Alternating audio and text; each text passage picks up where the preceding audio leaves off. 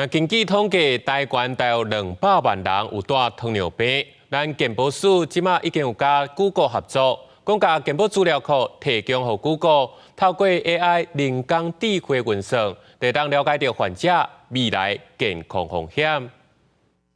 罗斯总统热情地竞选的证件健康台湾，健保署13宣布甲 Google 合作，要运用 Google 的人工智慧技术，开始慢性病风险管理的 AI 医疗照护研究计划。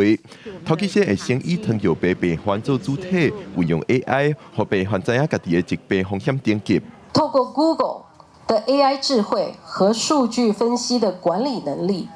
共同开发一款 AI 模型。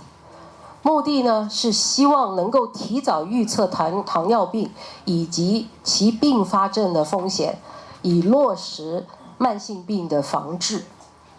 实践健康台湾的政策。健保署长赵宗良表示，台湾上大的疾病负担，第一是癌症，第二就是慢性病。大约每2个人就有1个人有慢性病，其中以糖尿病病患上多，有200万左右。这个计划会使用健保资料，包括年岁、病史、风险、检验资料等数据，无签名化了后，送到 Google 的 AI 技术运算，判断每个糖尿病病患未来的风险。AI 的分析之后，可以大概知道你的风险等级。那么高风险的，可能可以预测，给你一个预测，可能未来在1年或3年内，你可能会中风的机会有多少？你会发展成心肌梗塞的机会有多少？去提醒在这个医疗照顾的服务提供者要